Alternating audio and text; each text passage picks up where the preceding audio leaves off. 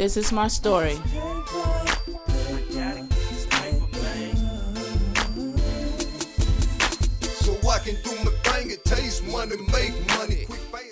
Now I know y'all ain't thinking this is my husband sitting next to me. Unfortunately, he is not my husband. This is my husband artist, Money Clip. He is a pain in the neck sometimes, but when I am mad with family, I love to listen to his music. Now this fine brother right here is my husband. He need to do something with that hair of his. Like I told him, he need to cut it off. I can remember when I had my first apartment. I was so excited to have my own apartment. I was happy to just get out of my mom's house. I had invited all my friends to my place to just chill and to show them my place. I was happy that I couldn't even go to sleep at night because I'm just looking at my place and saying, man, I have my own spot. I don't have to worry about my moms or people in my spot. But at the same time, when I invited my friends over, I learned a big lesson to never leave your friends unattended, because that's when my PlayStation got stolen and my games came up missing. I can also remember the time when I was talking to my best friend, Tanya. We was just talking about boys and just kidding around, and when we get older, what we go do in 5 years, or what our husband go look like, or, how many kids we go have.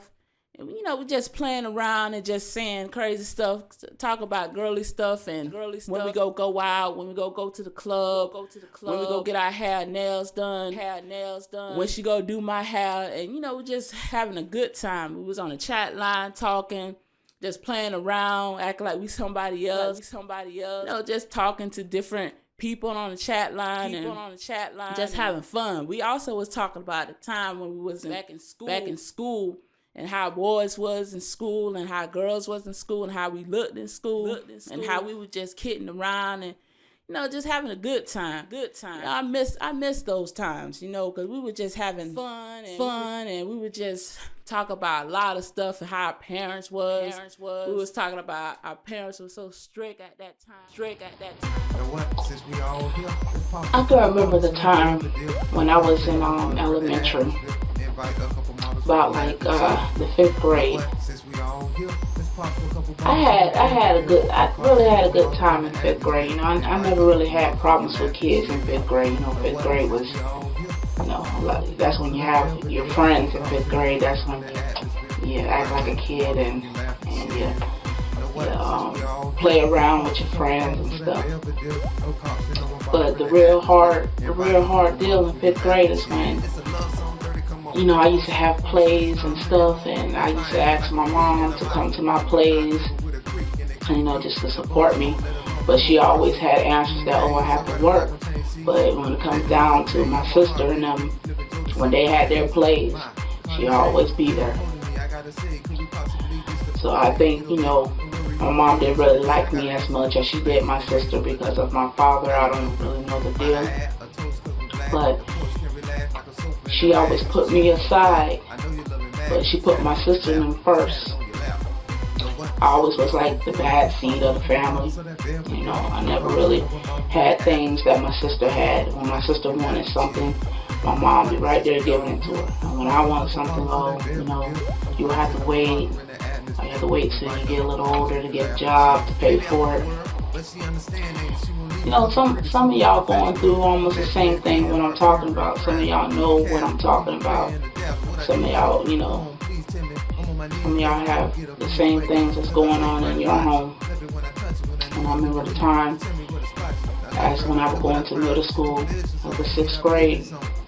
That's when I really had a bad time in school. It was in middle school. I remember in the 6th grade, I used to walk to the cafeteria, and I used to get my lunch and sit down with my friends, or my little one friend that I did had kids. She used to come to me and say, hey girl, turn around. So, I'm thinking that something's behind me or something on me. So I turn around, they laughing. And, during that time, in middle school time, I really, really had a hard time with even self-esteem, because a lot of kids in middle school, y'all know how middle school is. Middle school kids, they're very mean and cruel, and the only thing they care about is picking on somebody because their life ain't great. And they feel like when they pick on somebody, they feel good or feel powerful about themselves because their life is not so great themselves. And I remember the time when one morning I was trying to rush to my classroom because I really didn't want to hear what those kids had to say about me that day.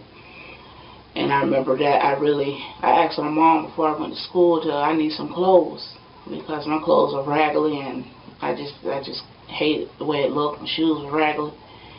And as always, my mom had an excuse saying, well, I don't really have that much money. I have bills. But like I said before, when it come down to my sister clothing and stuff, they was top notch. And she always used an excuse, well, they have a job, they can buy their clothes. But before they even had a job, they were still wearing top notch clothes. So I remember that one morning I walked into the building. I remember the boys that was standing there, they was like laughing and pointing at my shoes and clothes and saying that, oh my gosh, this raggedy girl coming up here looking like a hot mess, calling me ugly, saying I need my hair did, I'm looking like a gorilla, a monkey, all that type of stuff. I can remember. Some people can't remember back in those days, so some people don't want to, but I know a lot of girls know what I'm talking about because a lot of girls go through the same thing I'm going through right now, and they can feel what I'm talking about. And that kind of really got to me. My self-esteem really went low that day. I just didn't want to talk to anybody. When I got into the classroom, I just didn't want to say anything to nobody else. I sat all the way in the back of the class, and I was just looking like really sad. And I remember my teacher came to me and she was like, are you okay? I was like, yeah, I'm fine. I just don't want to talk to nobody. And that's always a teacher asks, is something wrong in the house? Or is everything okay in the house? And I was like, oh yeah, everything's fine. But sometimes I wish I did talk to somebody back then. And maybe they could have helped me or something. But as time went on, the 7th and the 8th grade was even horrible than the 6th grade. The 7th grade was just a hot mess in the 7th grade. As I got older, kids got more meaner, and all they cared about was picking on somebody, fighting people. And during that time, I wanted somebody to, just to like me, just to be my friend.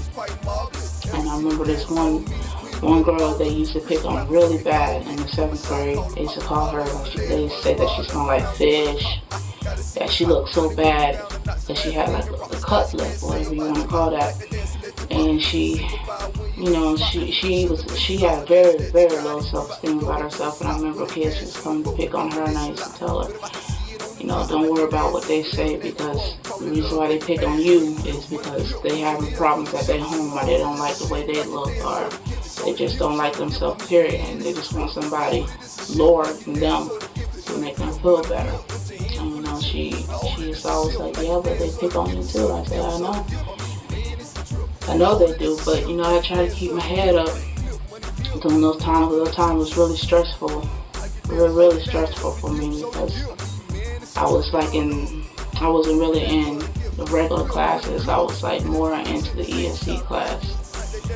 And during that time, when I know some girls that's in that class, they're probably going through the same thing. And I know it's tough to be in that type of class and trying to fit in with kids, and kids know that you are in that type of class, and they want to look down on you, call you retarded, and it's just crazy. I felt like I'm retarded because I was in that type of class. And I remember that time I used to go home and tell my mom that why I'm not in that type of class for. I don't look retarded.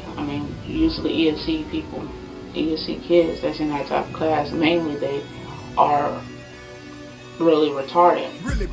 And she was like, well, I'll put you there because you're learning kind of slow, and I can't really be there to teach you what I need to teach you. And I really feel like my mom did like me because of my father.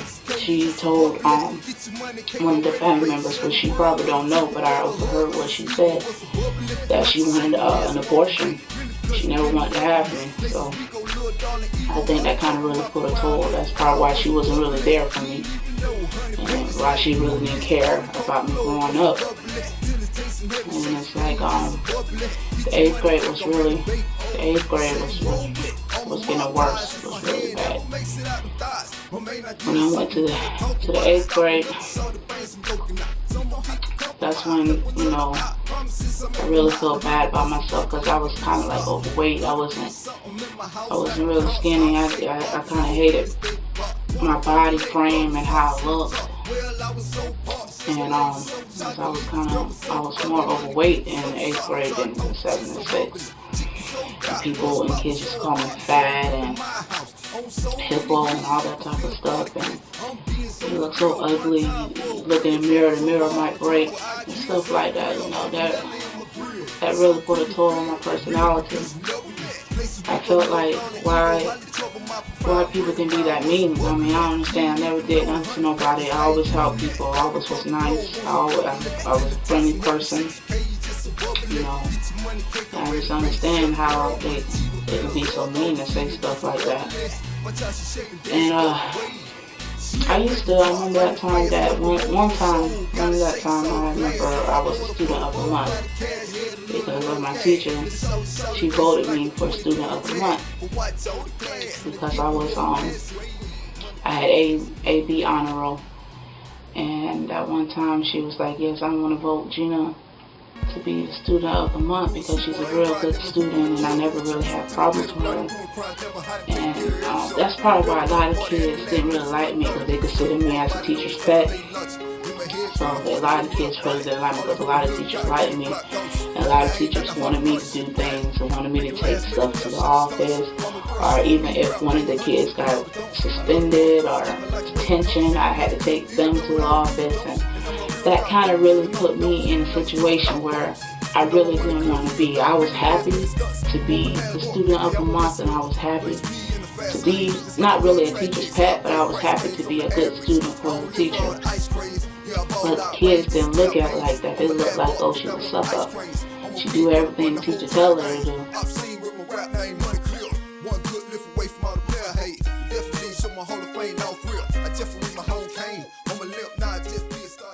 I'm all grown up in high school. I was like in the 10th grade, and I asked my sister where the office was at so I can, go to, during that time you got to go to the office so they can give you your scheduled classes to go to class. And when I asked her where the office at, she's telling me that she don't want nothing to do with me. I'm with my friends. I'm going to embarrass her. Or when I see her in the hallway, don't wave at her, pretend like I don't know her. And I was just looking like, well, dang, she's my sister, and this how she acting? I mean, what I ever did to her? So I found the office on my own, walking around the main campus and getting lost. I don't even know where I was at. But I finally found the office, and they told me the classroom. And when I went to the classroom, I saw all these new faces. But in my mind, I was like, I didn't want none of the students that I knew back in my middle school to be in my high school, because they the one that used to pick on me so bad. And I really didn't want to see them in the same class I was in. But ironically, there was the same people that was in my 8th grade class in my high school years. High school was, y'all know about high school. It's a lot of challenging, a lot of influence, just a lot of new people, a lot of new faces, and a lot of new changes. You go through a lot of changes in high school. And I went through so much in high school. I had a lot of bumps on my face. I was going through puberty. I was just going through so many changes in high school that I didn't really know what to do, And I remember one time when I went into the campus, the main campus, it was like a group of boys that's standing on the corner of the wall. And I was like, man, please don't let it be like it was in middle school. I was saying to myself, like, please don't let it be like it was in middle school. But high school was even worse than middle school. I remember those boys was like, hey girl, my homie want to talk to you. And in my mind, I already know what it was, because I went through the same thing in middle school. So I kind of went along because, I don't know why I went along. Maybe because I had low self-esteem, and I don't know, I just wanted them to leave me alone. So I kind of like went along with what they were saying, which I should never did it. I should have just went straight to my class. And they was like, my homie want to talk to you. So when I looked over, the guy was like, hey, no, I don't want to talk to that other girl. And I was thinking to myself, like, oh my goodness, it started all over again. Why me, Lord?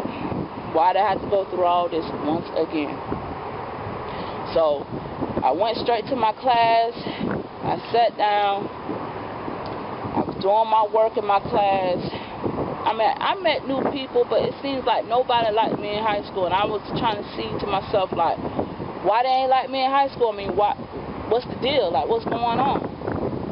Yeah, and some people were saying, like, it's probably the way you look, probably the way you dress. You know, the way you look and dress, some people go pick at you because the way you looking. But I said, man, there was a lot of people in high school that look way worse than me, but they ain't picking at them.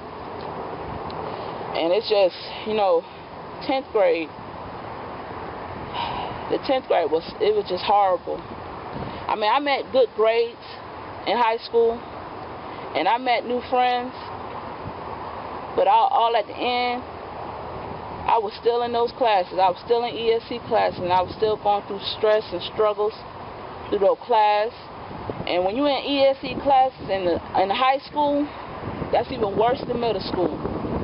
Because those high school kids, they don't care about nobody. The only thing they care about is drinking and smoking and partying. They ain't care about nobody. When I was in those class, I got out the class, went to the next class. There was kids all the way in my face saying, oh, you must be real stupid for being in no type of class, I mean, I seen people in no type of class, and they get out and go to the regular class, and you still in no type of class? Oh, you must be real dumb, girl. There's so much trials and tribulations I went through in high school. And it's just like, every day I walked into that campus. Every morning I went through that. Every morning I walk to the campus. Guys standing in the corner again saying, hey girl, come here, I like you. I turn around, they sitting there laughing. It's the same old thing in middle school. And some of y'all know what I'm talking about. Some of y'all going through it right now. There's a lot of bullies, and people probably say there's no bullying in high school, but it really is. There's people right now as I speak in high school going through bullying and stuff, and having people picking at them because the way they look, the way they dress, how they act, the clothes they wear, what parents they are, Christians, whatever. They go through the same stuff, and I know y'all feel what I'm talking about because some of y'all going through it right now. Y'all don't know how to say it. Y'all don't know how to tell people and get help. Like, I'm getting tired of these people and kids keep picking on me. But I kept my head up high, and I said, you know what? When I get out of high school, it's gonna be a different change because I'm gonna be in a new world. I ain't gonna be seeing these people no more, and I'm gonna live my life. And it's when I got to the 11th grade, things started changing for me. Things really started changing. I started looking different. I started losing weight. I started exercising. I told myself one day in the mirror, I said, I'm getting tired of people talking about me, picking at me, calling me ugly, calling me fat, calling me I'm no good, saying that I'm never going to be nothing in life. I got tired of that. I'm hearing that from my mom, too. She's saying the same thing. Oh, well, if you change the way you look, or you change the way your dress code is, people, maybe boys or people gonna like you. But I tell my mom all the time that it ain't right that how my sister and them look in school. They look top notch in school, but when it comes down to me, I'm looking like a trash can. But she didn't want to hear that. And she was like, well, it's just the way you look and stuff. I said, well, maybe you buy me some clothes. I can look different. I can look better. I can feel better about myself. But she didn't want to hear nothing I had to say. In high school, I felt like I was alone. I felt like nobody cared about me. I just felt out of place. I felt misplaced. I felt mistreated. But, when I got into that 11th grade, I started changing. I started dressing differently. I started changing up my makeup, changing up my hairstyle. And when I did that, it really did work. People really started looking at me saying, oh, she look different. Is that Gina back in the 10th grade? She look real different. And that's when people want to be all nice to me and stuff because I look different. And it's just real crazy how it is, how kids is in high school. They don't like you because how you dress, but when you change it up or you change your dress code, they want to look at you different. Like, oh, you could be in our A club, you could be in our clique. But back in 10th grade, you didn't want me to be in the clique. So when I change up, you want me to be in the clique? So I was looking at those people like, I ain't even studying y'all. I'm going my own way. And people didn't like me in high school because I had like a little attitude. I stuck up for myself. Even though I had low self-esteem, even though I didn't feel good about myself, even though I looked at myself in the mirror and said, dog, I'm so ugly, I still had some type of confidence in my being and telling people that, I don't care what y'all say about me, and I know everything that y'all do say about me, it do hurt my feelings. And I really feel what y'all saying about me, and sometimes it tears me down. But I'm still going to be strong, and I'm still going to be me, and I'm still going to have this attitude to keep people away from me. That's why I always had a mean look, a mean mug about myself. People always used to come to me and tell me, why you look like that? You look like you want to kill the world. Sometimes I do. Sometimes I do want to kill the world. I got tired of people keep abusing me and using me. All through my life, people was abusing me and using me and taking my money and just, feeling like they could do whatever they want to do with me. And as I got into the 12th grade, my last year, things was all right, but it wasn't as good as it was in 11th grade. When I got to the 12th grade, I had to switch my school because the school district was different. And then whatever you lived at, you had to go to the new school. You had to go to the new school that they zone you in. So I went to a whole new school, whole new changes, whole new people, going through the whole new steps as when I first went to that school back in the 10th grade. So I had to deal with whole new attitudes. I had to deal with all that. But that new school was all right, but it was majority for like the rich people. And when I went there, I saw a lot of people dressing different, dressing classy, and I was feeling like I was before, like, oh Lord, here we go again. And so when I went to the new school, it wasn't as bad as my old school, but I really didn't make any friends, because people in that particular school stuck with that particular clique, and they didn't want nobody in their little clique. So as I graduated from high school, I was feeling like, wow, I'm getting up out of here. I'm so happy that I'm getting up out of here. I'm so happy that things is going good for me. I don't have to worry about seeing these people anymore. I have to worry about nothing. And that's when I met one of my friends in high school. We've been friends for a while, ever since back in the 9th grade we was friends, and I had met her again through the 12th grade. So we started clicking and we started hanging out more, and we started talking on the phone more. We started doing everything. So I was feeling more better because I have somebody to really talk to when I'm going through my troubles and going through my trials and saying that, oh man, I just want to die, I just want to do everything. Because in high school, there's plenty of times in high school where I didn't even want to be in this world no more. And I never really tell people that story that I wanted to die. There's a couple of times I tried to off myself because I got tired of people just picking on me, and my mom really didn't care, and my family members didn't care, my sister didn't care. When I went to talk to them, they, booted me out. They was worried about their boyfriends, worried about their clothes, their hairstyle, their cars. They didn't care about nobody. And my mom, she was so busy worried about taking care of a man that she didn't really care about her kids and stuff. She only cared about herself and how she looked, her car, her clothes, her hair, the man she with. And she just didn't really care about me. So, like I said, I just felt like, man, I shouldn't even be here. I felt like I don't even want to be here no more, man. I just want to be in a whole new family. I got tired of my lifestyle. I got tired of everything about myself. I got tired of how I look. I got tired of the clothes I wear. I just got tired of everything. And I just felt alone. Just felt like nobody cared about me. I just balled up in a bubble in my room one day, and I just cried and cried and asked the Lord to help me, to heal my heart. I just didn't want to live no more. And I felt like if I killed myself, that I won't have to go through the more problems anymore. But that was not going to solve anything, because I'm still going to have problems. I don't know what I was going to go if I killed myself. I just felt like nobody cares. So why should I care about myself? If nobody loves me, why should I love me? But you got to really look at yourself. You got to really think. If you don't love yourself, how you think somebody else is going to love you? Nobody else is going to love you if you don't love yourself. You got to put yourself first. And some people might say, oh, that's selfish.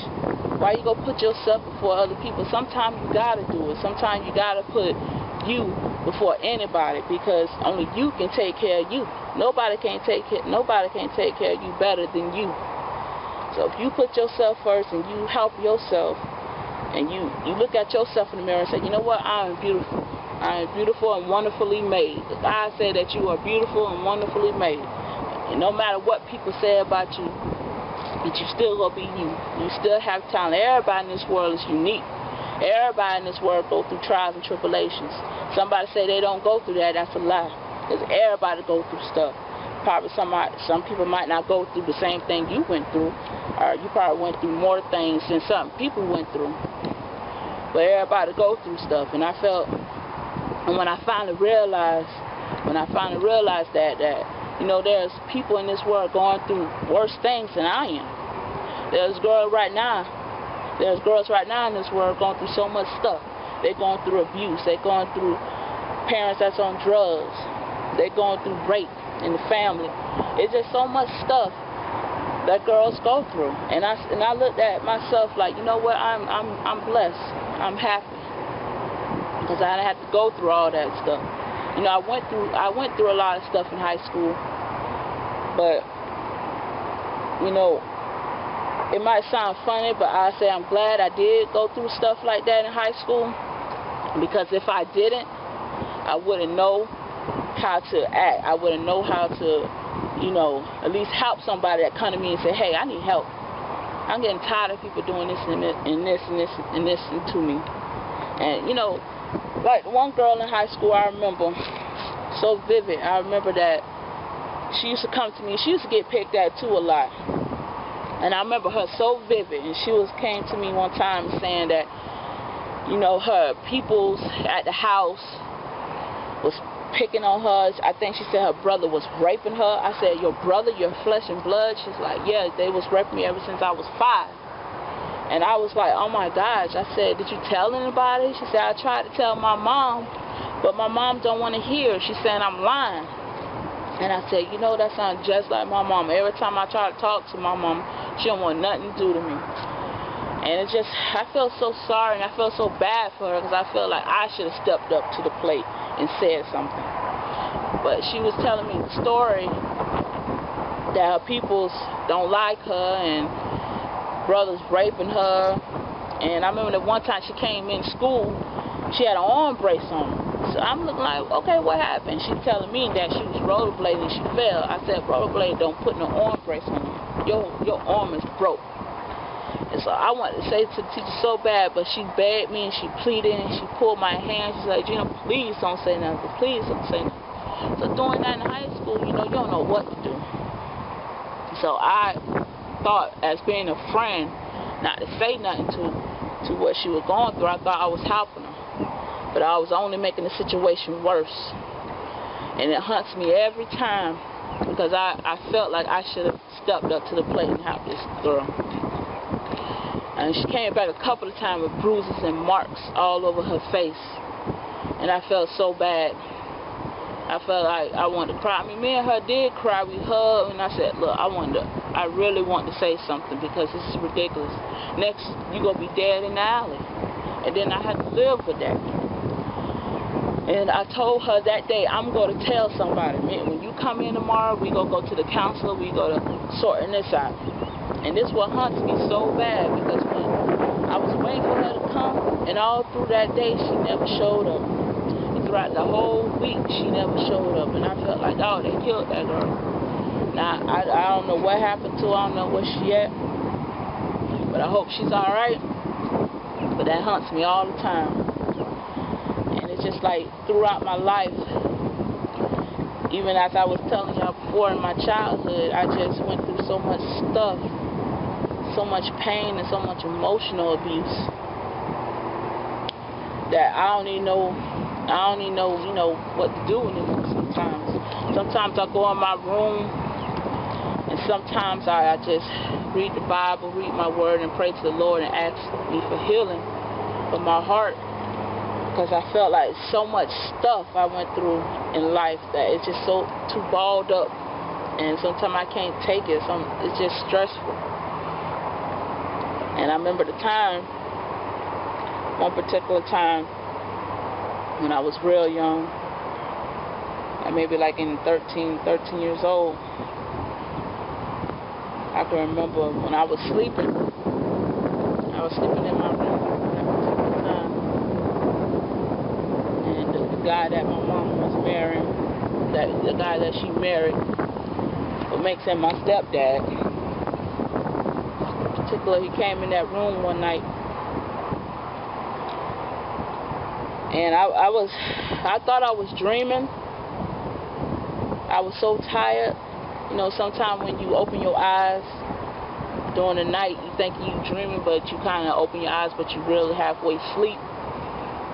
And that song came in there, and he was trying to feel on me. He was trying to touch on me. That I felt a hand all around my chest, and rubbing all around my chest. So before he can even take my clothes off, I woke up. I jumped up, and I was so shocked, and I was just kind of hurt, because I'm considering this man as my father figure, and you coming up here trying to touch on me. And it's just like, that's why I feel a grudge for my mom, because she knew this man touching her other daughters, and now he's trying me, and she never ever put him outside the house.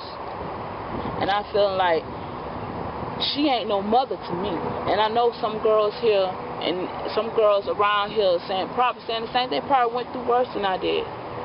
They own daddies or they stepdad probably touched on them or even had sex with them, and the mama still harboring a sex predator in their house, and she never got rid of him. She put a man before her daughters.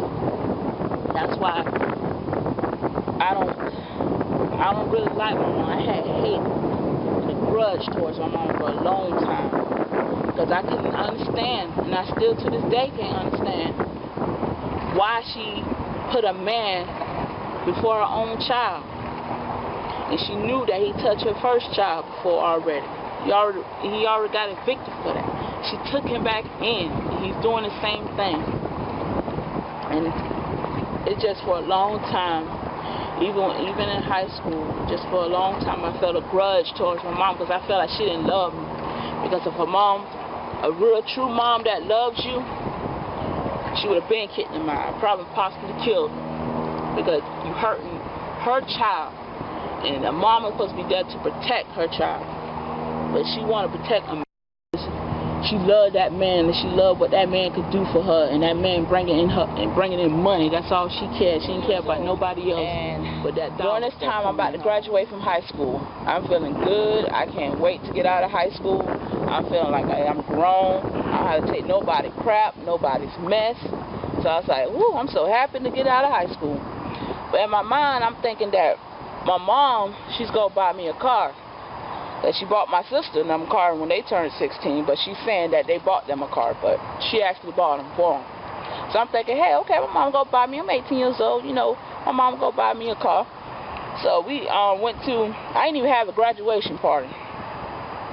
After I graduated from high school, I'm thinking that we might go out to eat and have a graduation party and have a good time. So when I got out of the graduation ceremony, we went home, and so I'm looking like, okay, we go go out. We never went out. I'm thinking I'm going to have my car. My mom saying this. She's saying, well, Gina, I don't really have too much. I don't have that money to buy you a car. So what you have to do is go get a job. So I'm looking like, man, this lady really don't like me. So I went to trying to find me jobs, trying to find me everything. No luck. Couldn't find anything. During that time, I guess the jobs wasn't hiring during that time. So I was talking to one of my friends in high school. I was talking to Angela in high school. One of my friends asked me, does she have a job? She said, yeah, I'm living all the way in Claremont though, but I'm working at Wendy's.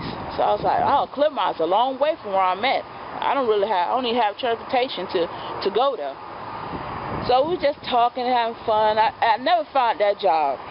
So what I took it and did, I went to vocational school to try to maybe do something with myself. So I took it and I went to GED. People say, okay, you graduated, why you went to GED? I graduated with a special diploma, and during that time, you have a special diploma, you can't go to any college. They don't want you. But they saying that you didn't take the tests like the regular kids did. So we don't accept special diploma. So what I had to do was go all the way back to school once again. So I took it and went to vocational school to take my GED to possibly get something so I can go to college and maybe try to find a job, since I can't find dead-end jobs out here. So I went to vocational school, and then I bumped into an officer that worked at the vocational school. He was saying, oh yeah, your name Gina. So I'm like, yeah, how you know my name? He said, yeah, I'm a good friend with your mom's. So I was like, oh, okay.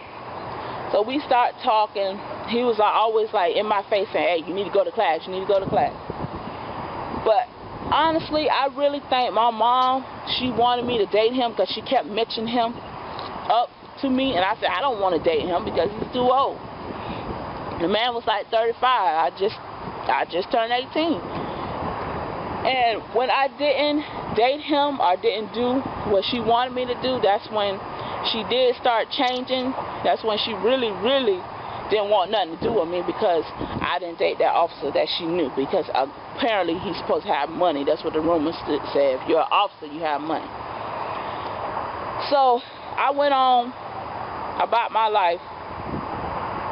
I finally met a guy that I bumped into in vocational school. I met him. We started talking, and I started falling in love, I guess.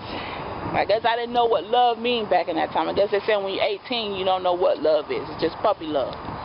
So I felt for him. He had a good talk game, and I felt for him. And we just started talking more. We started talking more on the phone every night. I started going to his house. I started doing everything because I liked him. I fell in love with him. And finally, we was going out for like 2 years, and then his wife called me. He was married. I didn't even know he was married during that time. So his wife called me, cussing me out, saying, you better leave my man alone, and blase, blase. So I'm looking like, I don't know what you talking about. I've been his girlfriend for 2 years. I never seen you. I never seen a picture in the house. I've been to your house. So she started cussing me out, and I said, hey, you don't need to be getting mad with me. You need to go to your husband, and you need to straighten that out with your husband, because apparently I didn't know nothing about you. So I hung up the phone, and then I went back to his house, and I was saying, okay, what's going on? Your wife's in there calling me. He said, oh, we're getting divorced. I love you, and this and that. So I said, I don't want nothing to do with you, because you lied to me. You should have told me straight up that even if you are getting a divorce, you should have told me straight up, hey, I'm still married, but I'm in the process of getting a divorce. Then I would understand. So I said, I didn't want nothing to do with him. He got mad, pulled out the gun to my face, and I was just so scared. I thought that time that I was going to die. He had a shotgun straight up to my face and pulled the trigger. But good thing that shotgun was on safety lock. I was just so scared. I said, hey, I just prayed to God, like, I need to straighten up my life. This is not the life I wanted to live.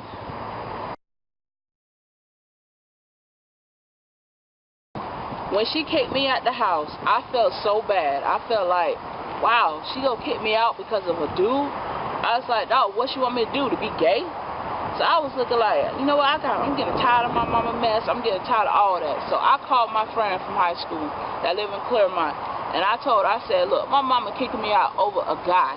She was like, no, for real? Yeah, just because I met this guy, she want to kick me out. I said, oh, maybe she want me to be gay.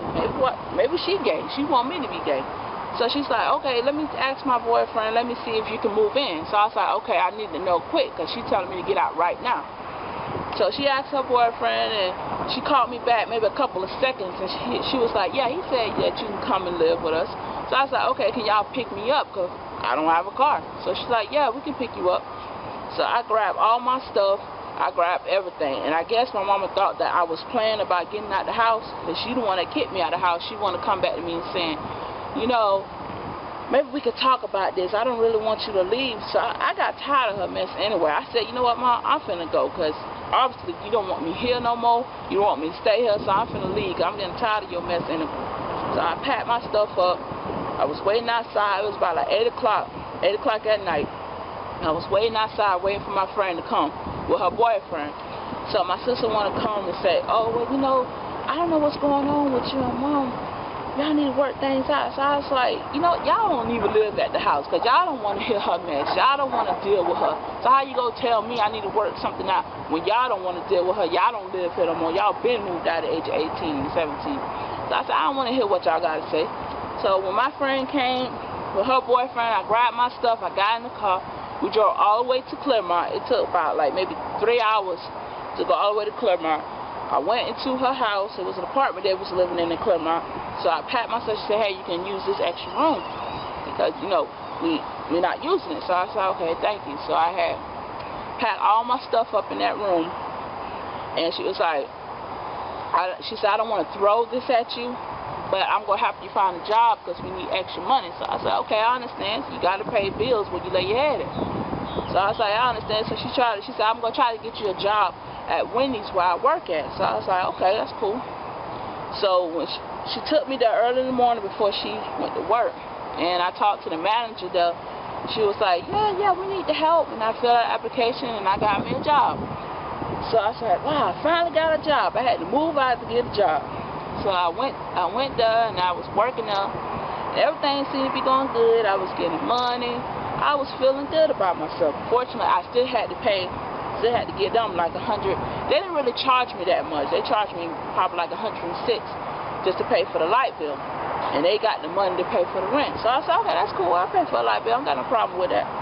So I paid the light bill. I stayed with her. I stayed with my friend Angela for maybe like 3 years. I stayed with her. We had fun. I had no problems. I was happy just to get out. I was happy not to see my mom no more, and just like, whatever, I'm free. So I stayed with them, and I found friends at my work, and we started going out partying. I started staying out every night. Every Friday you would not see me home. I started going to the clubs. I started smoking. That's when one of my friends at the school got me on weed, so I started smoking. And it's just like, hey, I'm free. I don't care. I'm doing what I want to do. But, you know, nobody ever taught me about the street life. You know, the street life out there is very dangerous. You know, you can get into a lot of trouble in the street if you don't know about the street life. So nobody ever taught me that. So I was out there just doing my thing, hanging with my friends, partying every night, going to parties, getting drunk. I mean, one of my friends at my job, we went to some kind of house party. I never went to a house party, so I don't even know how that sounds. I don't know how that went down, because I never went to a house party. So we went there, and one of the guy at work bought a big old bottle of Bacardi, and I didn't really know how to drink that much. You know, I wasn't a drinker during that time. So I was just drinking and drinking. Nobody told me not to mix your drink up, because you mix it up, that's when you really get drunk. So I messed it up, and I started, oh man, I got pissy drunk. I got so drunk that I didn't even know where I was at. And you know, I'm so happy that one of my friends from work, she was there for me, because she could have just got in her car and just left me. And I don't know what might happen. I probably got raped and all. There was a whole bunch of guys like, oh, she's really drunk. Maybe you can take her back to my house. My friend said, no, she's coming back home with me. And you know, I'm happy that I had a friend like that. So she brought me all the way back to the house. I Well, she drove me to the work to get me some water. And I still had my mind frame because I saw the cops, and he was like, "Are you okay?" So I was kind of getting scared because during that time I was still a minor. I was like maybe 19 years old, and you still got to be 21 to drink. So I thought I was going to get in trouble. So I said, "Oh my gosh, we need to really go home." So she took me home. The guy from work took me. When I got into the house, the time I was really drunk, I had sat down on the couch. I was like really drunk. And my friend came in and she was like, "Gina, you all right?" And I was like, "I don't feel so good." So when she came in, her boyfriend came in and saw me all drunk. I fell over off the couch, and her boyfriend was laughing because he thought it was hilarious. He thought it was funny. And she was like, "That's not funny. She's on the floor." He was like, "Well, she should have been drinking. She won't be drunk. She won't be falling on the floor." So she grabbed me. She took me to the bathroom. I threw up all over the place. She cleaned me up. I went to sleep. I got up the next morning. I didn't know what happened. I was like pissed. She told me everything. She's like, "Yeah, girl, you came inside the house, girl. You were so drunk. I had to pick you up. I had to take you to the bathroom, clean you up." My boyfriend was laughing at you. I was like, "What?" She's like, why you went over there and got drunk?" I was like, "Man, I don't know." I was just like, we just went to a house party. I wasn't even supposed to be drinking, to be honest with you. I just wanted to check it out because I've never been to a house party. But I was young and silly, and I was like, "Well, hey, let me try this and try this and try that." So I just got drunk, and that's the outcome of it. So during that time, she was having problems with her boyfriend, and everything was kind of going rocky during that time. I was still working at Wendy's. She came to me. She had lost a job. She lost a job at Wendy's. I don't know how she lost a job yet, but she came to me. She's like, "I lost my job. I just need a little help. Can you pay a little more than what you're paying?" So I was like, "Okay. I guess I have no choice." She said, "I'm going to be trying to find a job." So she went out there trying to find a job. And I was like, "Well, what about your boyfriend? He need to be working." He's like, "Yeah, he lost his job." I said, "Oh, God. So I'm the only one that's working?" I said, "Y'all need to go find a job. This is a dead-end job. I'm not getting paid millions." So they went off to find a job. They went towards Orlando way to find a job because he was in Claremont. And I went with them, and I had found another job, old-time pottery. So I went there, and they didn't even build it up yet. They needed people to help build the store. So I was like, okay. So they had interviewed me, and I was help building the store, and I finally got a job. So right now I was working 2 jobs, working Wendy's all the way in Claremont, where we live at, and Old Town Pottery towards Orlando. So I was like, oh my gosh, how am I supposed to work these 2 jobs? And Wendy's, they close around 2, and then at 5 o'clock I got to get up because Claremont is kind of far from Orlando. At 5 o'clock I got to get up and go all the way down to Old Town Pottery. So I was like, oh my gosh, it's stressful. So we went down there. I had to be to work at 7 o'clock.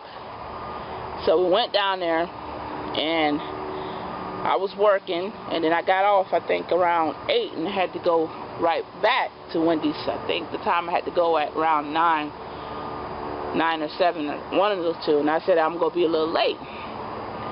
So I went there to Wendy's. I was working. She was still trying to find a job. He was still trying to find a job, so I was the only one working. I was working 2 jobs, trying to pay the rent, the light bills, and it was just so stressful. I was like, oh my gosh, y'all need to hurry up and find a job or trying to find something, because I can't do this by myself. So they was like, okay, we're trying to find something. So I guess they end up losing the apartment. I still to today don't know how he lost the apartment, but I guess he stopped paying on everything, because I told him I couldn't pay for all this. I mean, I'm not really getting money. So we moved all the way back towards his mother's way. We moved into her house. And I was like, oh my gosh, I really don't want to live in another person's mother's house, because I know how mothers are. But I had no choice. I was going to be living there or in the streets, so I had to follow them. So went to live with his mom, I think for at least about maybe a year we was in the house. And everything was going good for that couple of months. But I guess they start getting tired of me and my friend. And it just like, everything was just like going crazy. And I was like, oh my gosh, I'm ready to get out of here. And so finally his mom told him that, hey, they can't live here. So we had to find some other place to stay at. So we went to another friend of hers, another guy friend of her house, and we stayed there for maybe a month. And so we just like jumping from house to house. And I told my friend, I said, we can't live like this. This is just crazy. We jumping from house to house. We kind of homeless because we don't have a steady place to stay at. She's like, I know. And I was still working, and I was trying to save up some money so we can get something to stay at. So we still at her friend's, one of her guy friend's house. We were still there. I was still going to work early in the morning. She was still trying to find a job. And I think her boyfriend was living with his mom. He said, well, I just live with my mom and trying to find work over there because there's more work over my mom's way than over you guys there. So she was like, okay, fine. So she found out that she was pregnant. So I was like, oh my goodness. Because she already had a child. So she found out she was pregnant again, and I was like, oh gosh, now this is what we need. Because now that you're pregnant, we really have nowhere to go. I can't really help you. So we were still at the friend's house until she found another place in Winter Garden in Orlando, another apartment. So she said, okay, we'll split the bill. I said, okay, fine. But I said, first you got to find a job because we can't split nothing if you don't have a job. So she's like, I understand. So I guess she called her friend, her baby dad, and said, hey, we found a place. So he was like, okay, good. So he moved all his stuff in, I moved all my stuff in, she moved all her stuff in. We finally had a stable place to stay. And everything was going okay. She found a job at McDonald's. And everything was going pretty good. Like the bills and everything was going good, and everything was going good by like maybe 2 or 3 months. And then on top of that, her boyfriend started cheating on her. He started not coming home. And I was telling her, hey, your man cheating on you.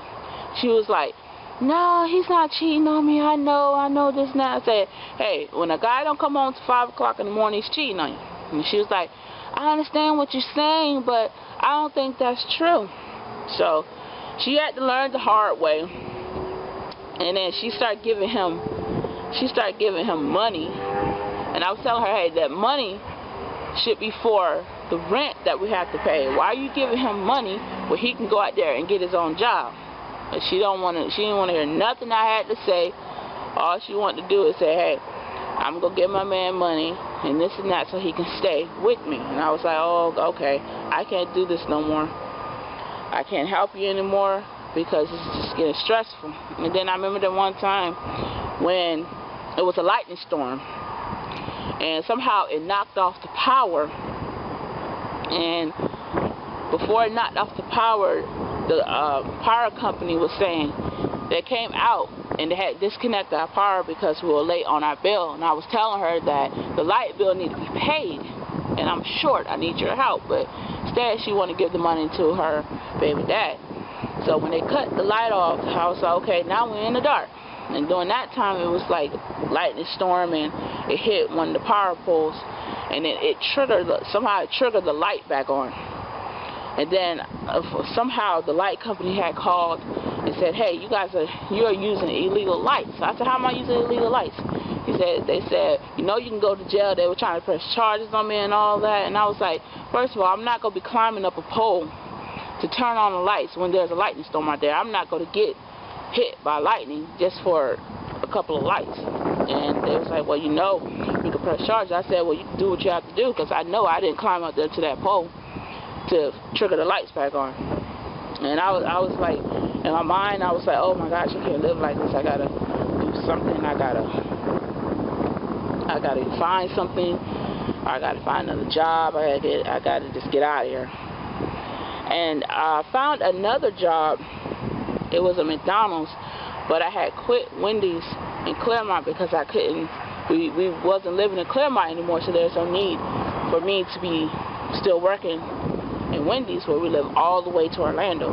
So I found another job, and that's McDonald's, where she was working at. And I was still working at Old Time Pottery. So when I was working at McDonald's, there was more money still coming in, and we could still pay for our rent.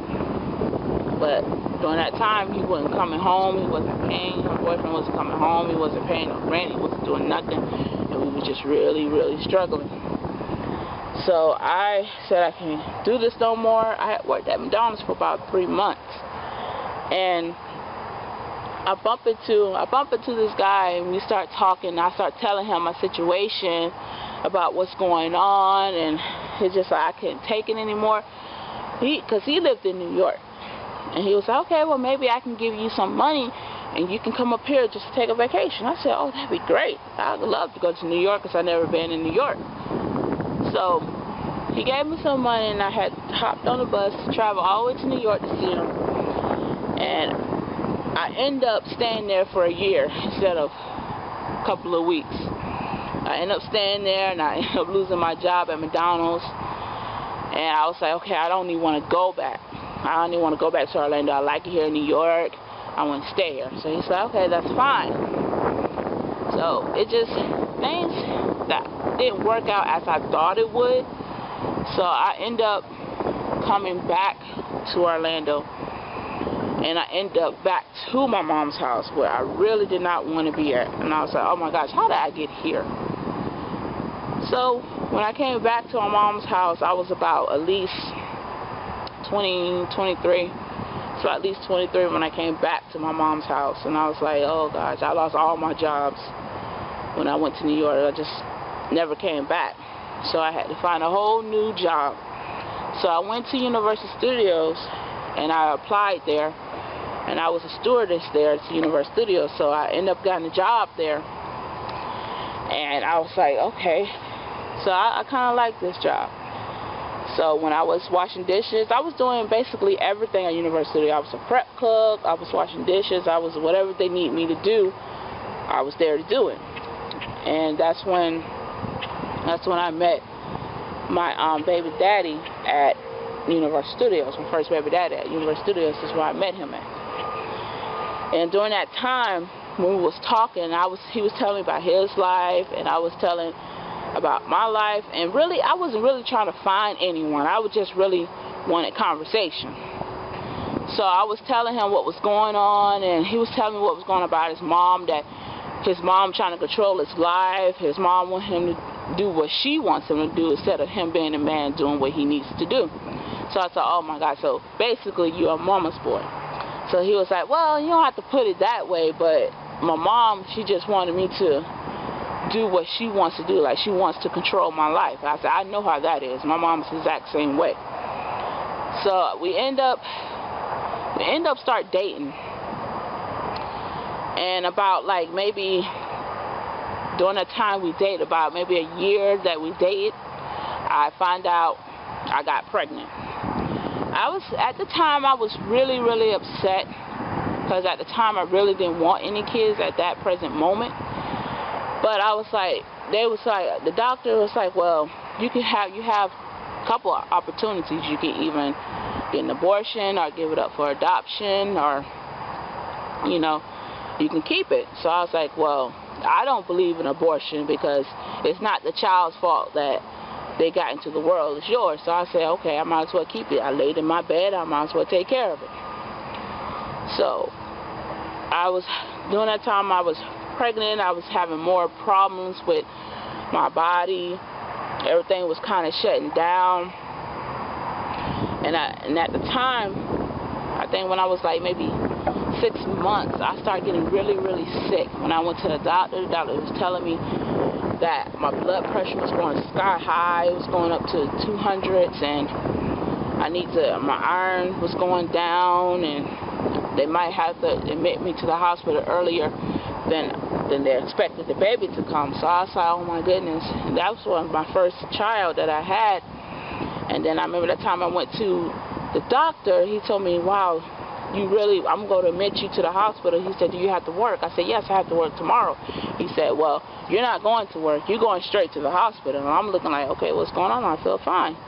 So he was like, well, you're not fine. I'm surprised you're still walking because your blood pressure is all the way up to 200. And I was like, what? But I don't feel like, you know, I'm sick. He's like, I can't believe you're still walking because basically you should be on the floor. The doctor had asked me, do I have anybody to pick me up and to go to the hospital because he wanted to admit me right then and there. So I was like, yeah, I'm finna call my mom to come pick me up. That's the only person I know to come pick me up. So I called my mom and told her, hey, the doctor telling me that I need to go straight to the hospital right now because he said that I have toxemia. At the time I didn't know what that was, but he said I have it. I need to go straight.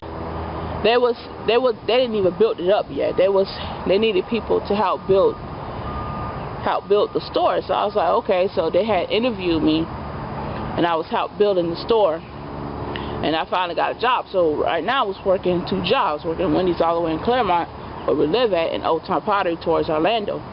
So I was like, oh my gosh, how am I supposed to work these 2 jobs? And Wendy's, they close around 2, and then at 5 o'clock I got to get up because Claremont is kind of far from Orlando. At 5 o'clock I got to get up and go all the way down to Old Town Pottery. So I was like, oh my gosh, it's stressful. So we went down there. I had to be to work at 7 o'clock. So we went down there and I was working, and then I got off I think around 8 and had to go right back to Wendy's. I think the time I had to go at around 9 or 7, or one of those 2, and I said I'm going to be a little late. So I went there to Wendy's. I was working. She was still trying to find a job. He was still trying to find a job. So I was the only one working. I was working 2 jobs trying to pay the rent, the light bills, and it was just so stressful. I was like, oh my gosh, y'all need to hurry up and find a job or trying to find something because I can't do this by myself.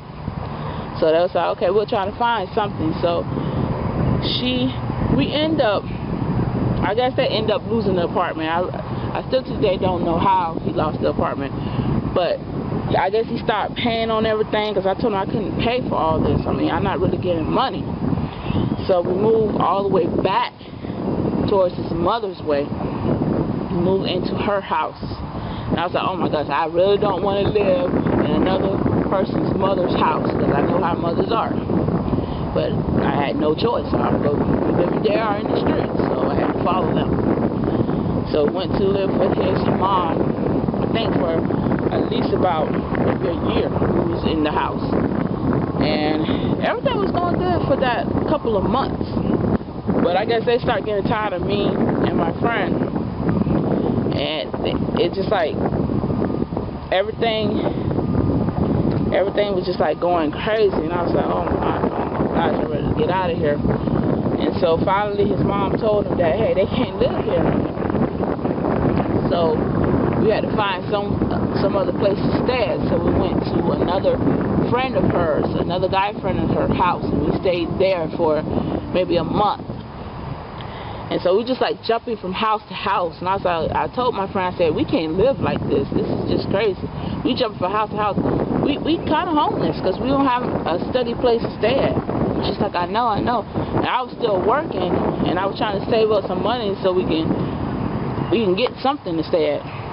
So we still at her friend's, one of her guy friend's house. We were still there. I was still going to work early in the morning. She was still trying to find a job. And I think her boyfriend was living with his mom. He said, well, I just live with my mom and trying to find work over there because there's more work over my mom's way than over you guys there. So she was like, okay, fine. So she found out that she was pregnant. So I was like, oh my goodness. She already had a child. So she found out she was pregnant again. And I was like, oh gosh, now this is what we need. Because now that you're pregnant, we really have nowhere to go. I can't really help you. So we were still at the friend's house until she found another place in Winter Garden in Orlando, another apartment. So she said, okay, we'll split the bill. I said, okay, fine. But I said, first you got to find a job because we can't split nothing if you don't have a job. So she's like, I understand. So I guess she called her friend, her baby dad, and said, hey, we found a place. So he's like, okay, good. So So he moved all his stuff in, I moved all my stuff in, she moved all her stuff in. We finally had a stable place to stay. And everything was going okay. She found a job at McDonald's, and everything was going pretty good. Like the bills and everything was going good, and everything was going good by like maybe 2 or 3 months. And then on top of that, her boyfriend started cheating on her. He started not coming home. And I was telling her, hey, your man cheating on you. She was like, no, he's not cheating on me. I know this and that. I said, hey, when a guy don't come home to 5 o'clock in the morning, he's cheating on you. And she was like, I understand what you're saying, but I don't think that's true. So she had to learn the hard way. And then she started giving him money. And I was telling her, hey, that money should be for the rent that we have to pay. Why are you giving him money where he can go out there and get his own job? But she didn't want to hear nothing I had to say. All she wanted to do is say, hey, I'm going to give my man money and this and that so he can stay with me. And I was like, oh, okay, I can't do this no more. I can't help you anymore because it's just getting stressful. And then I remember that one time when it was a lightning storm, and somehow it knocked off the power. And before it knocked off the power, the power company was saying they came out and they had disconnected our power because we were late on our bill. And I was telling her that the light bill needed to be paid, and I'm short, I need your help. But instead she wanted to give the money to her baby dad. So when they cut the light off, I was like, okay, now we're in the dark. And during that time it was like lightning storm, and it hit one of the power poles, and then it triggered the light back on. And then somehow the light company had called and said, hey, you're using illegal lights. I said, how am I using illegal lights? They said, you know, you can go to jail. They were trying to press charges on me and all that. And I was like, first of all, I'm not going to be climbing up a pole to turn on the lights when there's a lightning storm out there. I'm not going to get hit by lightning just for a couple of lights. And they was like, well, you know, you can press charges. I said, well, you can do what you have to do, because I know I didn't climb up there to that pole to trigger the lights back on. And I was like, in my mind, I was like, oh my gosh, I can't live like this. I gotta do something. I gotta find something. I gotta find another job. I gotta just get out of here. And I found another job. It was a McDonald's, but I had quit Wendy's in Claremont because I couldn't. We wasn't living in Claremont anymore, so there's no need for me to be still working in Wendy's, where we live all the way to Orlando. So I found another job, and that's McDonald's, where she was working at. And I was still working at Old Time Pottery. So when I was working at McDonald's, there was more money still coming in, and we could still pay for our rent. But during that time, he wasn't coming home. He wasn't paying. Her boyfriend wasn't coming home. He wasn't paying no rent. He wasn't doing nothing. And we were just really, really struggling. So I said, I can't do this no more. I had worked at McDonald's for about 3 months. And I bump into this guy, and we start talking. I start telling him my situation about what's going on, and it's just like I couldn't take it anymore. Because he lived in New York. And he was like, okay, well, maybe I can give you some money and you can come up here just to take a vacation. I said, oh, that'd be great. I'd love to go to New York because I've never been in New York. So he gave me some money, and I had hopped on a bus to travel all the way to New York to see him. And I ended up staying there for a year instead of a couple of weeks. I ended up staying there, and I ended up losing my job at McDonald's. And I was like, okay, I don't even want to go back.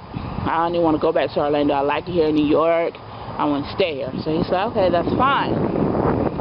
So it just, things that didn't work out as I thought it would. So I ended up coming back to Orlando. And I ended up back to my mom's house, where I really did not want to be at. And I was like, oh my gosh, how did I get here? So when I came back to my mom's house, I was about at least 23. So at least 23 when I came back to my mom's house. And I was like, oh gosh, I lost all my jobs when I went to New York. I just never came back. So I had to find a whole new job. So I went to Universal Studios and I applied there. and I was a stewardess there at Universal Studios, so I ended up getting a job there. And I was like, okay, so I kind of like this job. So when I was washing dishes, I was doing basically everything at Universal Studios. I was a prep cook, I was washing dishes, I was whatever they need me to do, I was there to do it. And that's when I met my baby daddy at Universal Studios. My first baby daddy at Universal Studios is where I met him at. And during that time, when we was talking, he was telling me about his life, and I was telling about my life, and really, I wasn't really trying to find anyone. I was just really wanted conversation. So I was telling him what was going on, and he was telling me what was going on about his mom, that his mom trying to control his life. His mom wanted him to do what she wants him to do instead of him being a man doing what he needs to do. So I said, oh my God, so basically you're a mama's boy.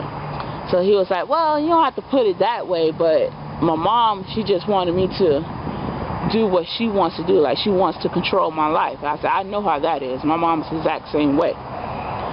So we end up start dating. And about like maybe during the time we dated, about maybe a year that we dated, I find out I got pregnant. At the time I was really, really upset, because at the time I really didn't want any kids at that present moment.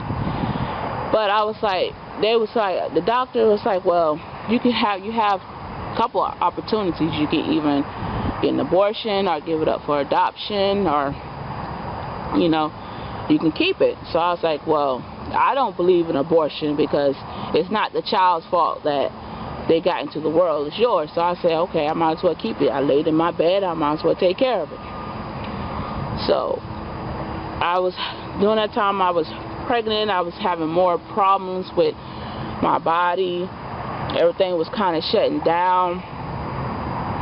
And at the time, I think when I was like maybe 6 months, I started getting really, really sick. When I went to the doctor was telling me that my blood pressure was going sky high. It was going up to 200s, and my iron was going down, and they might have to admit me to the hospital earlier than they expected the baby to come. So I was like, oh my goodness. And that was my first child that I had.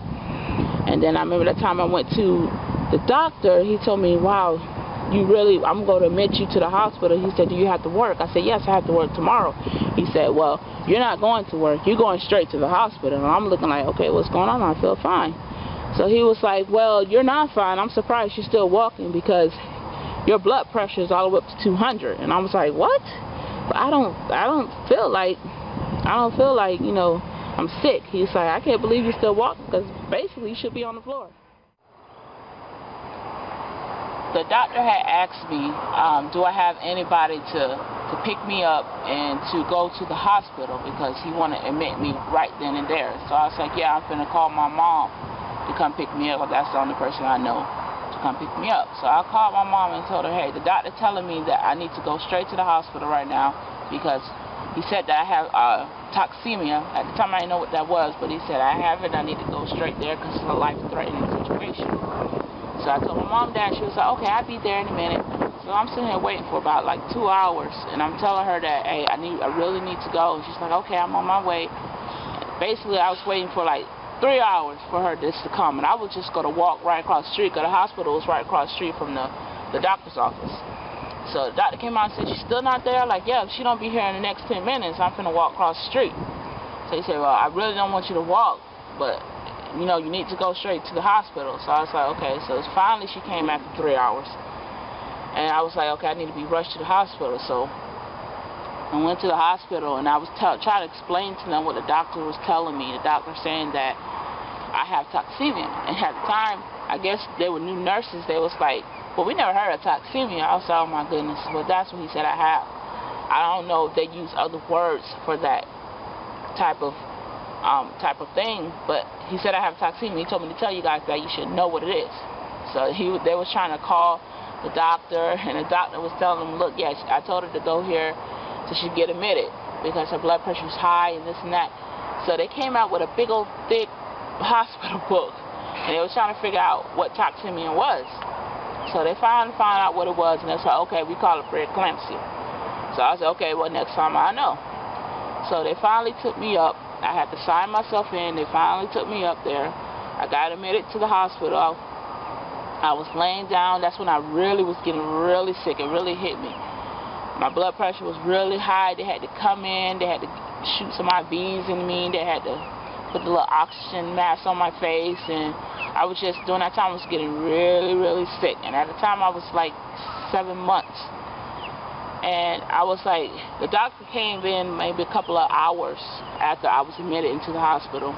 And he was like, we might have to do a C-section. We might have to take this child out earlier than what it is, because if we keep this child in, then your body is everything's gonna start shutting down, and that can be a life-threatening situation for you, which we don't want that to happen.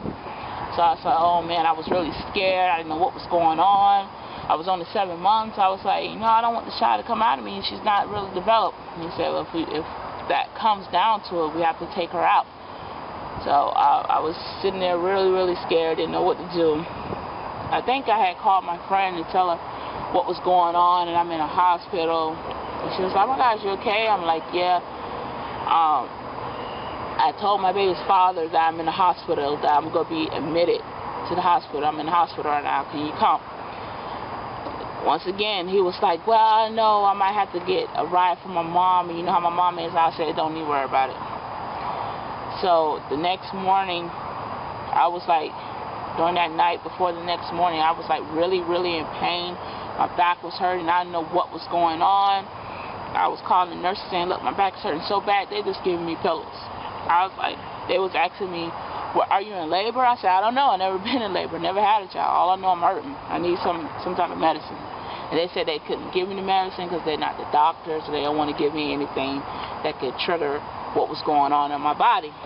So I was sitting all night in there in pain. I was like, oh my gosh, I need some help.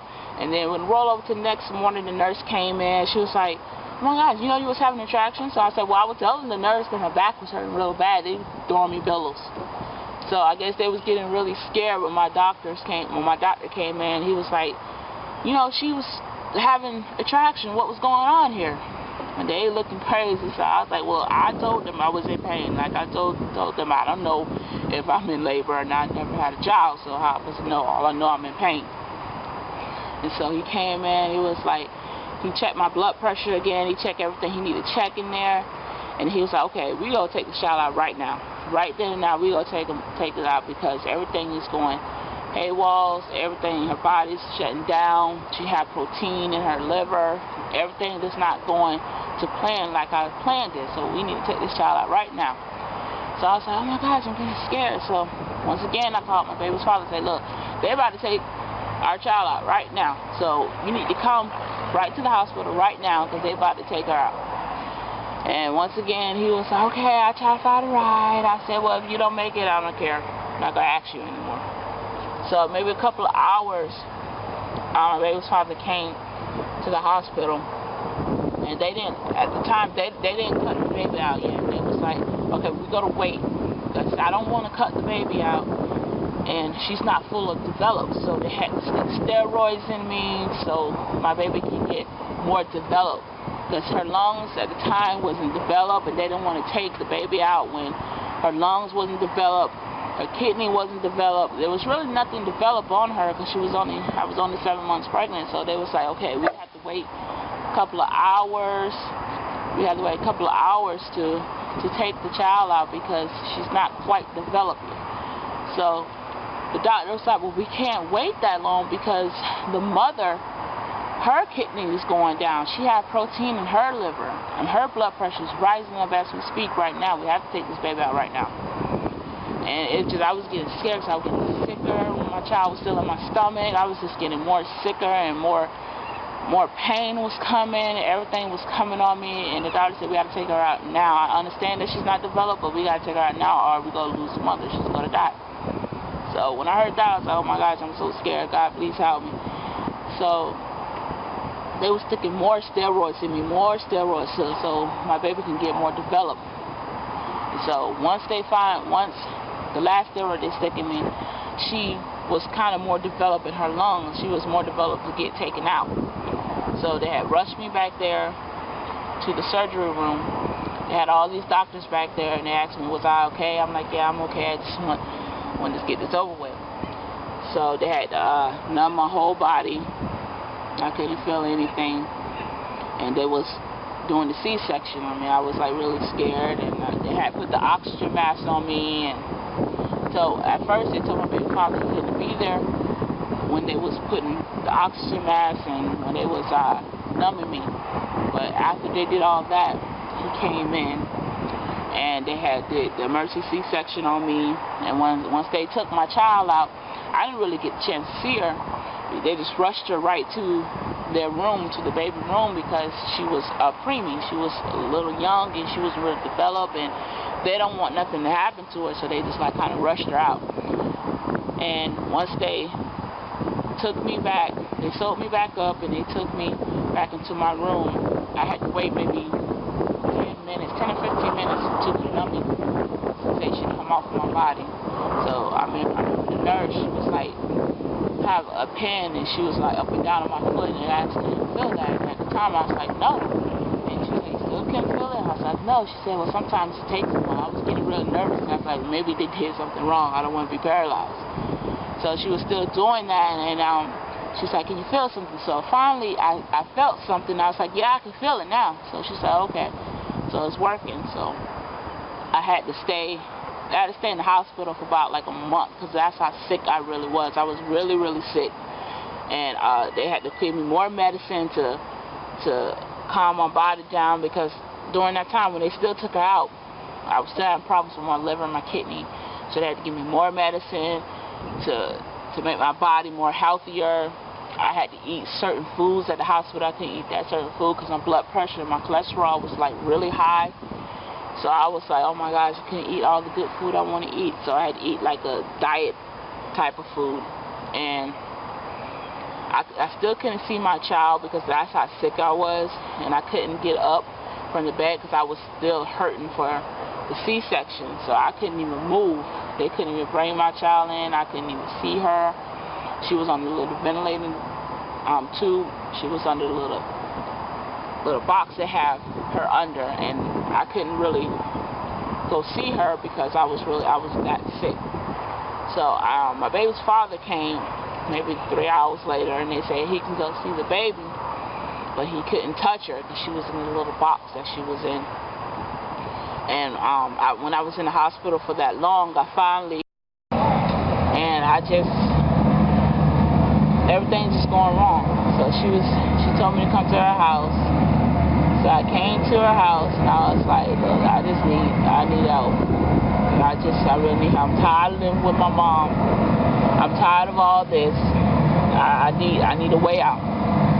So I started talking to her about the situation I was in and about things that was going on with my baby's father. And she was like, Gina, it's okay. Everything's gonna be all right. You know, I'm your friend. You can stay here for a little bit. Everything's gonna work out okay. And I said, okay, good. I said, I can stay here for a little bit. She's like, yeah, you can stay here. I don't mind. So I was like, okay, good. So I would start going to my friend's house for a couple of weeks with my child. And I was taking some of the stuff from my mom's house back to my friend's house. And then my mom thought I was moving out. So she said, oh, so you moving with her now? So I was like, look, I'm a grown woman. If I want to move all the way to California, I can move all the way to California without your knowledge. I said, I'm not a 12-year-old. I'm a grown woman. So she started lying and to the family members and to everything that, yeah, she's running off with some man. She do that all the time. Every time we get in an argument, she runs off with numerous men. So I was telling myself, looking at myself in the mirror, and said, you know what, I'm getting real sick and tired of what my mama had to say about me. I'm just getting sick and tired of this. I'm a grown young lady. I'm beautiful, and I used to be a teacher's pet, and I ain't gonna take nobody's mess. So that's what I told myself in the mirror. So I said, you know what, whatever. I'm moving in with my friend, and I don't have time for it. So we move our stuff in there, and my friend, one day my friend was looking at us, we were looking at each other, and we was like, oh, I'm so hungry. He said, where you want to eat at? I said, okay, let's try Wendy's. So we went on to Wendy's, got us something to eat in Wendy's. And that's when I bumped into my fiance, T. Brown. We end up talking. We ended up talking for about like 2 months. I ended up moving with him. Everything was going okay. Everything was going good. I was feeling better. I was feeling better about myself. I said, hey, I got a good man. He's a good provider. I was just feeling good about myself. I ended up got pregnant with a little boy.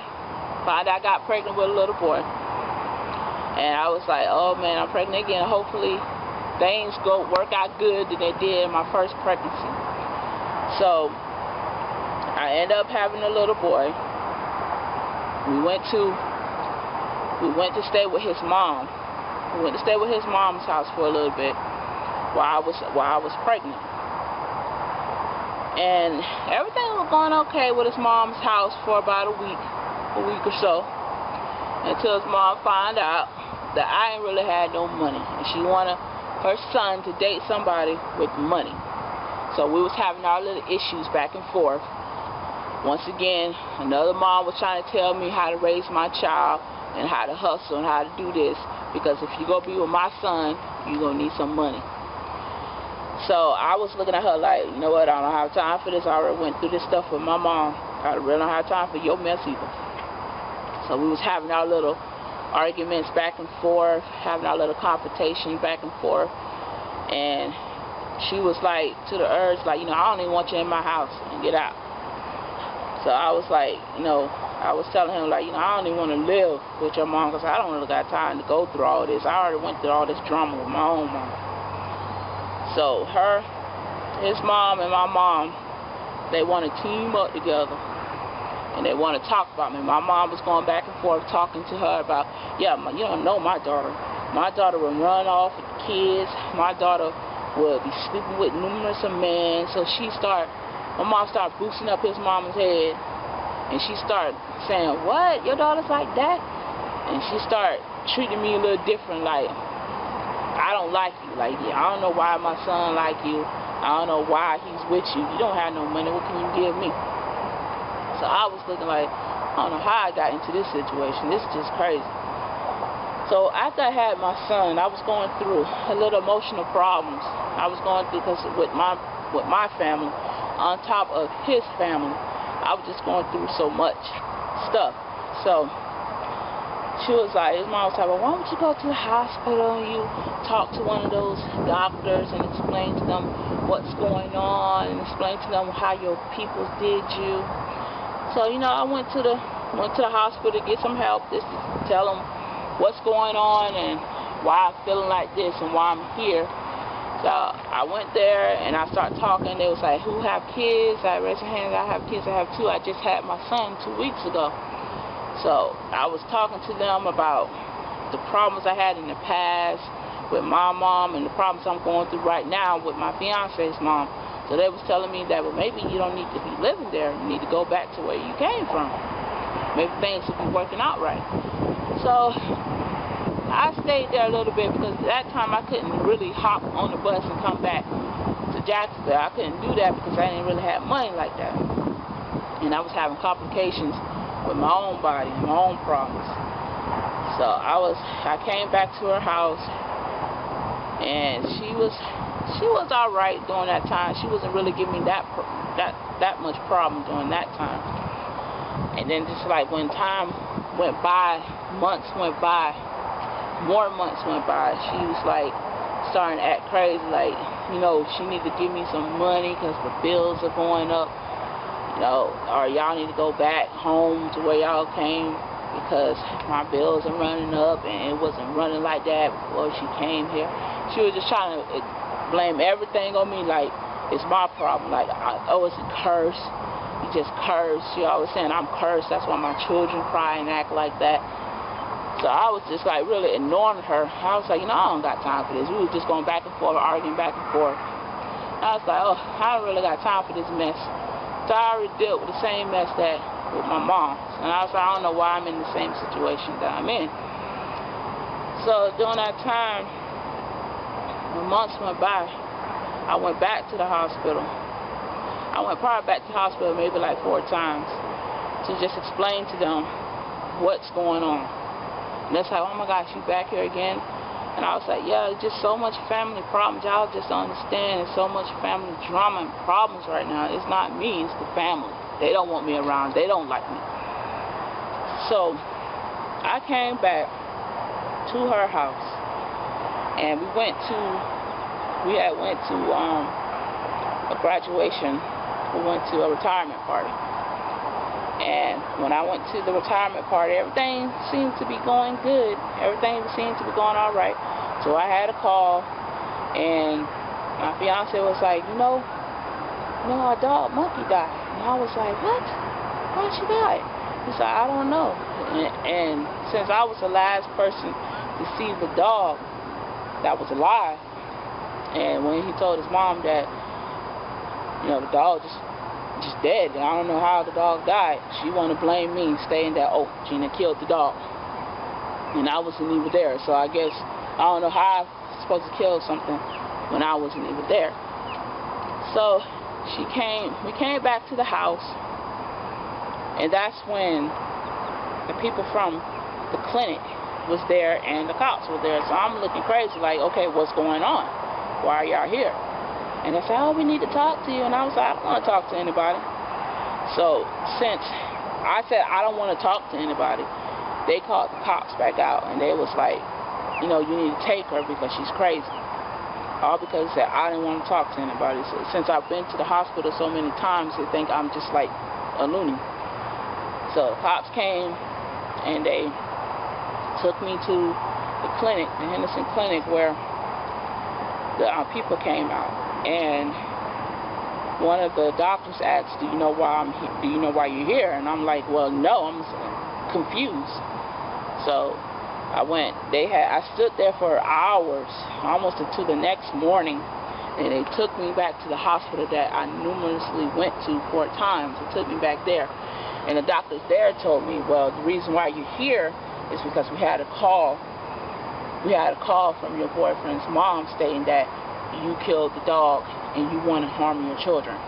So I said, okay, well, why would she say that? First of all, I didn't kill no dog, and I wasn't even home at the time, so I was to kill a dog. And they knew I wasn't home because they came there when I wasn't there.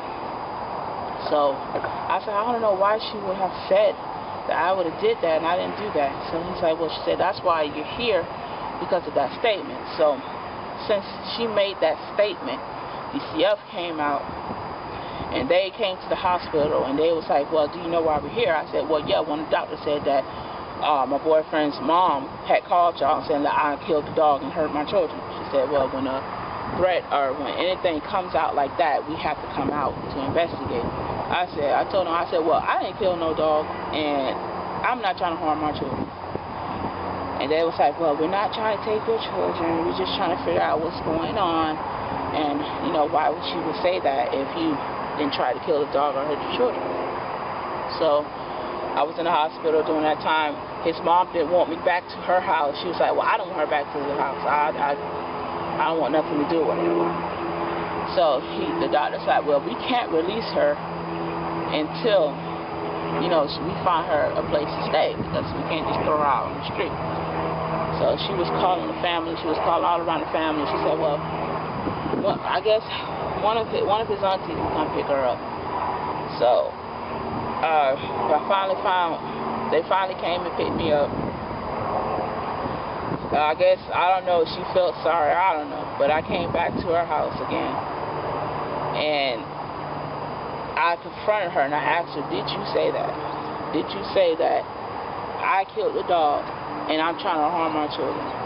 And of course, if a person say that and trying to hurt you, they're not going to tell the truth. But I was trying to say, as a woman, if you didn't like me, you should have told me straight up, hey, I don't like you.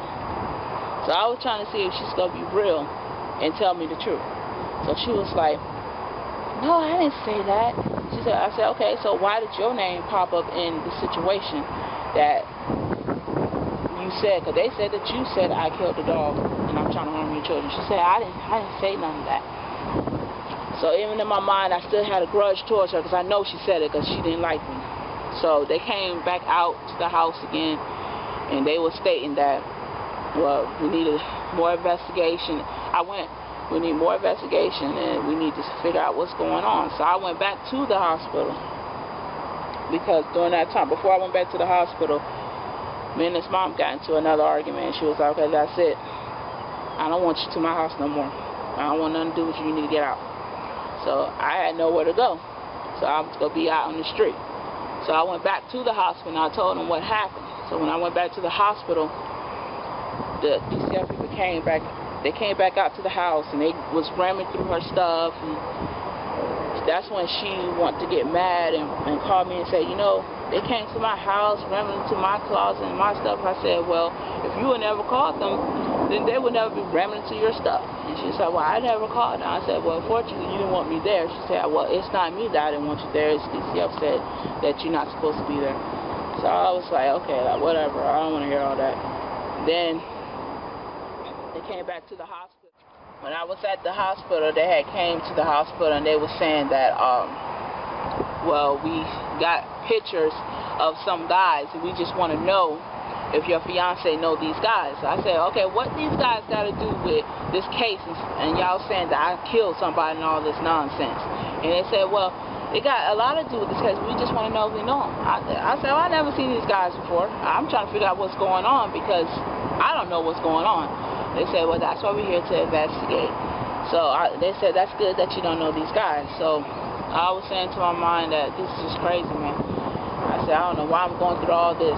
And I got back to the house, got back to her house, his mom's house, and she was saying that, yeah, they was ramming through my stuff and all this stuff, trying to get details about what's going on with you. Are you taking all these medicines? Because now she told these lies and these people saying that I'm bipolar and I'm schizophrenic and I take medicine for this stuff. So they trying to ram it through her drawers and see if on medicine they can find my name on some type of medicine. So I was looking like, oh, this should have never happened. So now through all this, we had to go up to the place to explain. I was trying to go to the place to explain to them what's going on and why I'm in this situation. So when my boyfriend, my fiance came there first, him and his mom came there first. And I came after them. And we were sitting down and was waiting for somebody to come so we can talk about what's going on and why this happened. So they came out and they was like, it was looking at me in a way like, oh my gosh, why is she even here? So they were trying to take my son out of my fiance's hand. And he was like, okay, so why are you taking him? And he was like, well, we taking him because we don't trust the mother. So of course, somebody coming at you, you go get upset and you go get offended. Like, okay, you don't trust me? Why you don't trust me for? And I started getting mad and they start saying, well, you need to calm down. So I'm not going to calm down. I'm getting tired of people, throughout my whole life, I'm getting tired of people trying me and tired of people saying that I'm such a bad parent and this and that. So they was like, they took my child and they took my child all the way in the back.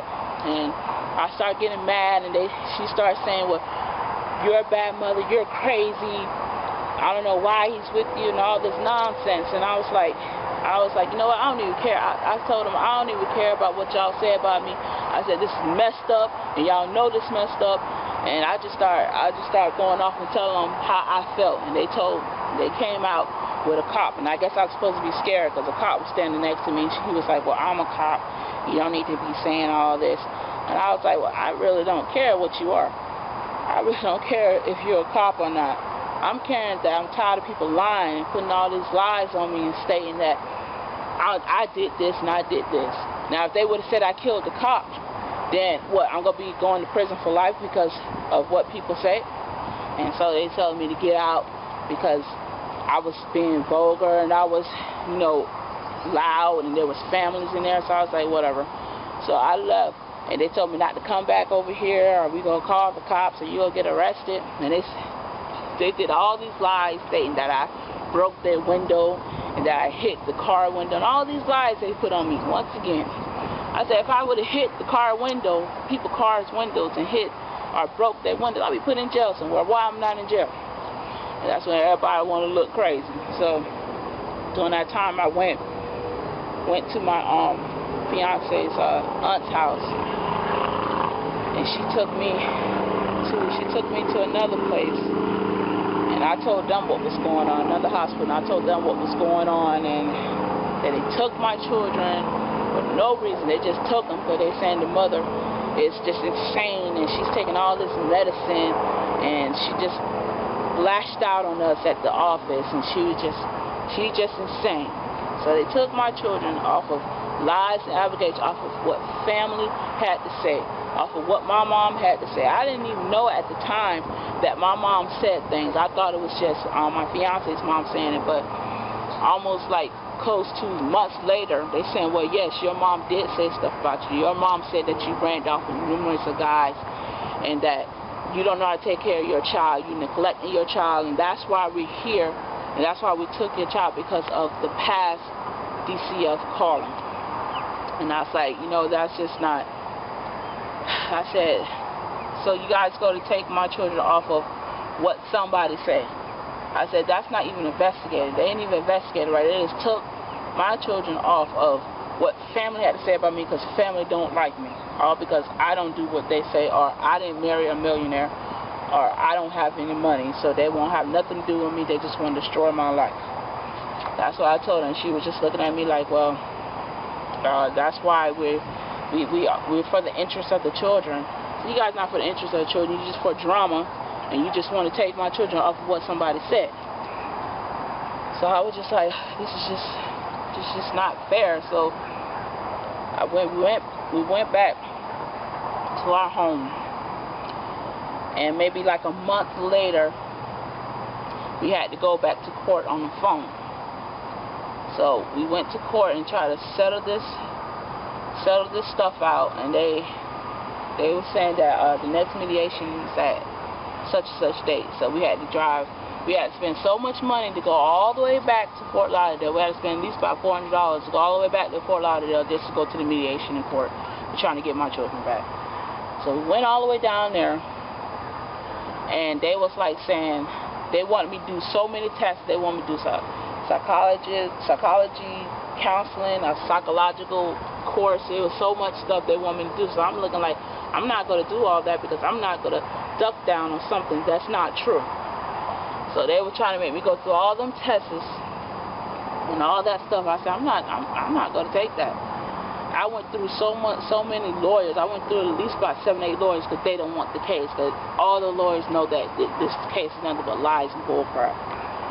So one of the lawyers I had, he was like, well, let's go to trial. See, if I was living down there, I would have went to trial. But the fact of the matter is, I was all the way somewhere way far from where the trial was at, and I don't have money to be traveling back and forth like that to go to trial. So I was like, well, I can't do that because I don't live down here. I got to bring bread. So the lawyer was like, once again, the state attorney don't really care. They was like, well, you got to do what you got to do to get your kids back. So I was like, well, maybe I can do these tests, but they have to take some of these tests off, so I'm not going to do that, because I'm not ducking down on nothing that ain't true. So they rescheduled mine. My fiance was finished with his tests, but they scheduled mine back again. And I told him I can't go back down there. I can talk on the phone, but I can't go back down there because I don't have money like that unless y'all go to pay for it. So I finally got my rescheduled mediation, and I was telling them over the phone that I'm not ducking down to none of these because it's not true. I'm not going to do these tests. I'm not going to do no psychological nothing because I'm not crazy. I don't take medicine for that, and I'm not going to do what y'all telling me to do. So my lawyer's like, well, we have to come up with some kind of agreement, or we have to go to trial because it's almost time to go. So I said, well, I can do parenting. I said, I don't have no problem doing parenting. I can do counseling. I don't have no problem. But all that other stuff they trying to tell me I need to do, I'm not doing it. They need to take out that dog because I didn't kill the dog. They're still trying to say that I murdered the dog, but how am I supposed to murder a dog if I never went to jail? So they took all that out. They took the psychological part out, but they still kept it. My lawyer said they go still keep the counseling and the psychiatrist. They're not taking that away. So if I get them to take all the other stuff away, then you only can do 3 things. So I said, okay, well, or he said you can do that, or we have to go to trial. So I was like, well, I can't go to trial because I don't have money like that to travel, so I'm going to have to duck down to those 3 little tests they want me to do. So I told him, okay, fine, I'll do the 3 little tests then. So he was like, okay, we made an agreement. And in the mediation, I only supposed to do 1 time of the psychiatrist and 2 sessions of the counseling. So I was like, okay, that's fine in parenting. I said, okay, I can do that. So once the mediation was closed, it took DCF so they hated me so bad that they took months and months and months down the line to finally give me the referrals of the tests that I need. They said that I'm gonna pay for everything. And I told them, hey, I don't have no job because y'all took my children, y'all took everything away from me. I don't have Medicaid anymore, so I can't go to the doctors. I don't have nothing. I don't have no money. I don't have cash assistance, nothing. Y'all took all that away from me. So y'all have to pay for it since y'all saying that I'm so crazy, so y'all pay for it. And they hated me that bad because I didn't duck down to their little games. So they hated me that bad, and they waited months and months down the line to finally give me the referral so I can do my tests. So they waited so long that the next month was supposed to be the final court date to get my children back. I didn't get the chance to finish everything during that time because they waited too long to give me the referrals. I finally finished parenting, and I did a session of counseling, and I already did this the psychiatrist. I already did that. So when I went to court, they were saying, well, she didn't finish up a test. So I told the judge that they waited so long to give me the referrals. How am I supposed to finish something where they waited 4 months to give me the referrals? This was like 5 months ago when they took my children away, and they just now giving me the referrals. I said, that is not fair. And my lawyer was saying that, oh, they're taking advantage of her. That's not fair. How, they saying that she didn't finish anything, but they took that long to give her the referrals. So I said, they wanted her to do these tests, so they need to pay for it. They hated me so bad that they didn't want to pay for anything. They just didn't want my kids back. And one of the case managers I had, she told my family members that, yeah, I would make sure she would never get her kids back. She said, I don't even know why your son's still dating her. She's a nobody. I don't know why he's dating her. He need to find somebody else with some money.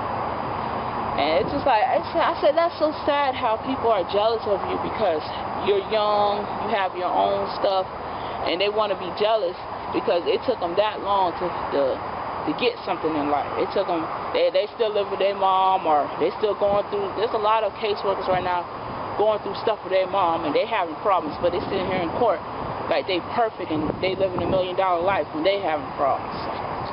So I was thinking to myself, like, I need to worry about that lady. I ain't gonna let that lady get to me. I just need to do what I need to do to get my children back. So we went to the court that was supposed to be getting my children back. So they sitting there lying to the judge saying, well, she didn't finish her taxes, so they didn't do a home study yet, so the kids can't come home. So he said, okay, well, I'm going to book it all the way to May so they can finish everything, and that's going to be the final straw. It ain't going to be no more. So I can do my thing, it takes money, make money. Quick fast the way I start to claim the change and get it running. Through my state all up to London. I'm doing fine financially, I'm buying long distance romance. Stocks and bonds, I'm on that money clip, stopping drama, get my shine on. Later this summer, it's either keep my paper outnumbered, yes, so hard.